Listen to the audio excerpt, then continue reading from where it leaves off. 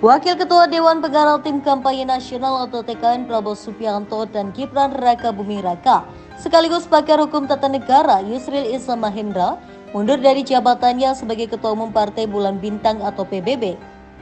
Keputusan itu Yusril sampaikan dalam sidang musyawarah Dewan Partai yang diselenggarakan di Dewan Pimpinan Pusat atau DPP PBB Jalan Raya Pasar Minggu, Jakarta pada Sabtu 18 Mei 2024. Adapun MDP merupakan lembaga tertinggi di dalam struktur organisasi PBB.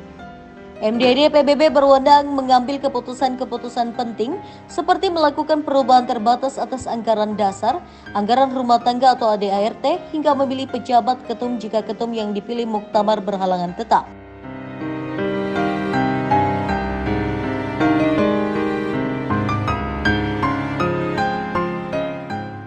Sementara dalam pemungutan suara untuk memilih pejabat ketum PBB, Ketua Mahkamah Partai Fahri Bahmid mendapat dukungan 29 suara.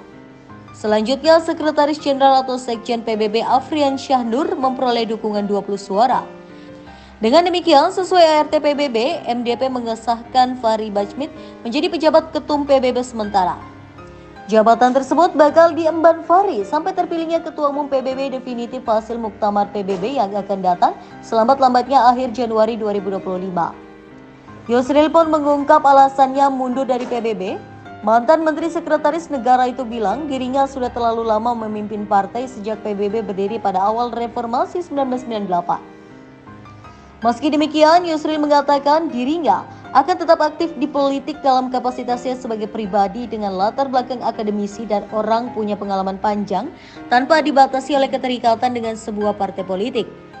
Dengan tidak lagi terafiliasi sebagai partai politik, Yusril mengaku bisa lebih leluasa menyumbangkan tenaga dan pikiran untuk turut serta dalam memecahkan persoalan-persoalan yang dihadapi bangsa dan negara, khususnya dalam membangun hukum dan demokrasi.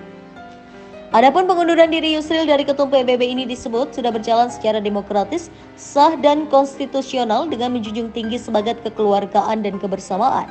Di sisi lain, PBB menyatakan bakal memberikan jalan kepada Yusril Iza Mahendra yang berencana aktif terlibat dalam pemerintahan Presiden dan Wakil Presiden terpilih Prabowo Subianto dan Gibran Raka Buming Raka. Akan tetapi, Sekjen PBB Afrian Syahnur mengatakan belum tahu siapa kader potensial yang diusulkan buat menggantikan Yusril sebagai Ketua Umum.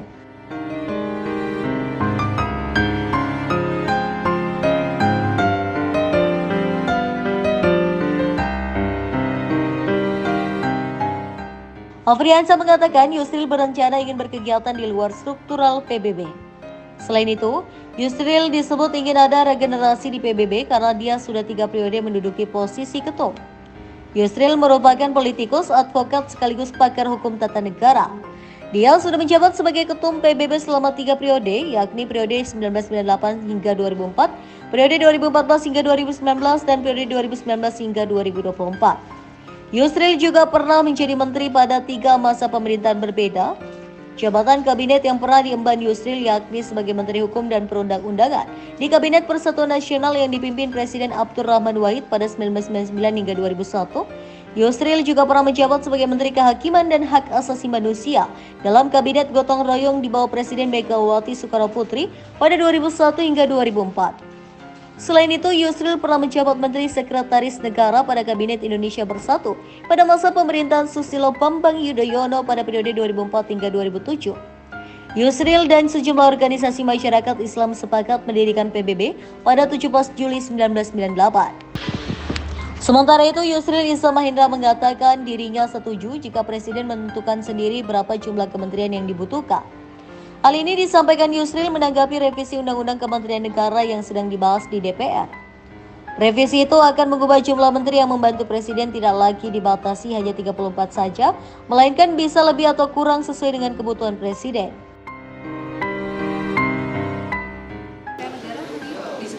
Ya, RUU Kementerian Negara itu sekarang sedang dibahas di balik DPR dan telah disepakati akan dibahas sebagai usul inisiatif DPR yang nanti akan diputuskan dalam rapat paripurna dan kemudian draft perubahannya itu akan disampaikan kepada Presiden dan Presiden akan menunjuk counterpart dari pemerintah untuk membahas RUU itu bersama-sama dengan balik DPR dan fokus perhatiannya adalah perubahan pasal yang mengatur tentang jumlah kementerian negara. karena memang pembatasan 34 itu menyulitkan Presiden untuk mewujudkan program-program yang dia inginkan. Di satu pihak kita selalu mengatakan bahwa mengangkat dan memberhentikan menteri itu adalah kewenangannya Presiden, hak prerogatif Presiden.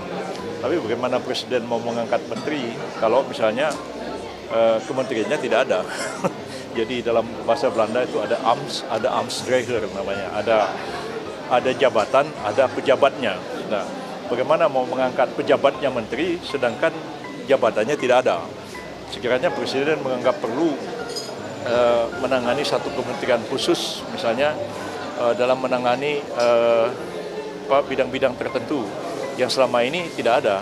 Nah, lalu mau tidak mau Presiden tidak bisa melantik menteri itu, maka diberikanlah kebebasan, harusnya diberikan kebebasan kepada Presiden untuk menentukan berapa jumlah kementerian atau membubarkan kementerian yang ada atau memperluas kewenangannya atau menggabungkan kementerian dan lain-lain. Itu sepenuhnya kita serahkan kepada Presiden dan tentu Presiden akan dengan bijak, ya, tidak mungkin akan membentuk kabinet 100 menteri misalnya, tapi yang efektif dan efisien sesuai dengan kebutuhan dan kemudian juga jangan terlalu banyak juga berubah, ya. Karena pengalaman saya di waktu-waktu yang lalu menggabungkan dua kementerian atau memisahkan satu kementerian menjadi dua itu tidak sederhana. Saya pengalaman jadi Menteri Hukum, Menteri Kehakiman harus menerima penggabungan Kementerian Urusan HAM. Maka jadilah Departemen Kehakiman dan HAM pada waktu itu perlu proses menyelesaikan itu. Jadi kalau namanya kementerian itu berubah, itu mulai dari papan nama, stempel, kop surat, baju, semua berganti dari pusat sampai ke daerah.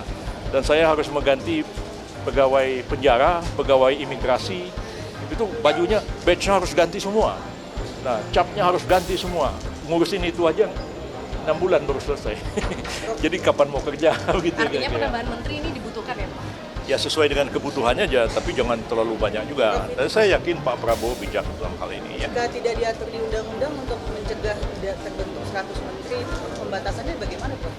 Ya kan, pertama membentuk kementerian itu kan adalah hak prerogatif Presiden. Kalau dulu Presiden itu kan melaksanakan amanat GBHN. Kemudian kalau sekarang ini Presiden melaksanakan programnya. Jadi untuk melaksanakan programnya itu, mau tidak mau dia harus ada satu kementerian yang menangani hal itu.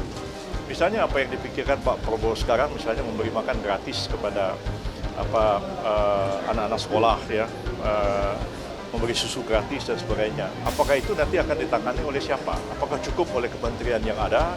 Atau misalnya Pak Prabowo merasa perlu ada satu kementerian khusus untuk menangani masalah itu. Nah, itu tidak ada pada program sebelumnya. Misalnya Pak Prabowo itu bertekad untuk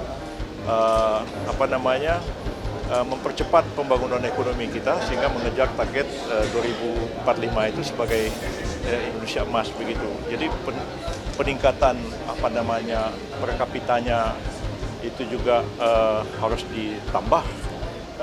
Dan karena itu mungkin juga berkaitan dengan kementerian. Misalnya sekarang ada Kementerian Keuangan. Apakah misalnya ada kementerian yang menangani urusan zakat misalnya dan lain-lain sebagainya. Apakah itu jadi kewenangan Kementerian Keuangan ataukah itu memang ada perlu kementerian sendiri sehingga juga meningkatkan pendapatan negara dengan cara pembayaran zakat misalnya. Kalau sekarang kan pembayaran zakat lebih banyak sukarela, ya, dan tidak dianggap itu sebagai pajak. Bahkan itu dianggap sebagai faktor yang mengurangi pembayaran pajak, tapi tidak dikompensasi sebagai berapa besar pajak yang harus dibayar. Ya. Barangkali hal-hal semacam itu perlu penanganan tersendiri. Saya kira seperti itu.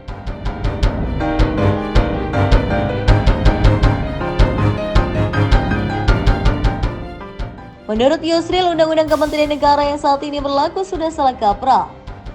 Yusril menilai, yang perlu diatur adalah hal-hal terkait dengan pembentukan kementerian negara yang baru, pengubahan nomenklatur kementerian, serta pembubarannya. Pengaturan seperti itulah, kata dia, yang dapat dijadikan sebagai pedoman normatif bagi Presiden tentang apakah perlu membentuk kementerian baru, diubah atau dibubarkan. Hanya saja, Undang-Undang Kementerian Negara yang ada saat ini sudah terlanjur mengatur jumlah kementerian. Adapun revisi Undang-Undang Kementerian Negara ini bergulir usai munculnya wacana Prabowo hendak menambah jumlah menteri menjadi lebih dari 40.